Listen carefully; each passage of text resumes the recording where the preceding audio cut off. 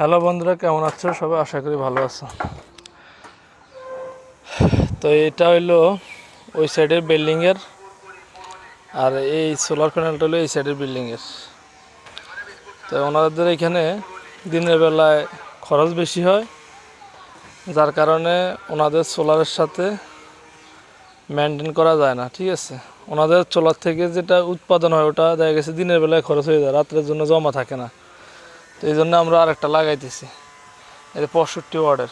ওটা এদিকে দাও, এটার সাথে অ্যাড করে দেব। অ্যাড করে দিলে তখন দিনের বেলা চালাতে পারবো। তাই আমাদের প্যানেলটি মানে বসানো হয়ে গেছে। আমরা নাট দিয়ে চালের সাথে বসিয়ে দিছি। আর এই যে কেবলটা দেখতেছেন, এই কেবলটা এই আগে যে সোলার প্লেটের যে কেবলটা ছিল ওটার সাথে সংযোগ করে দিছি।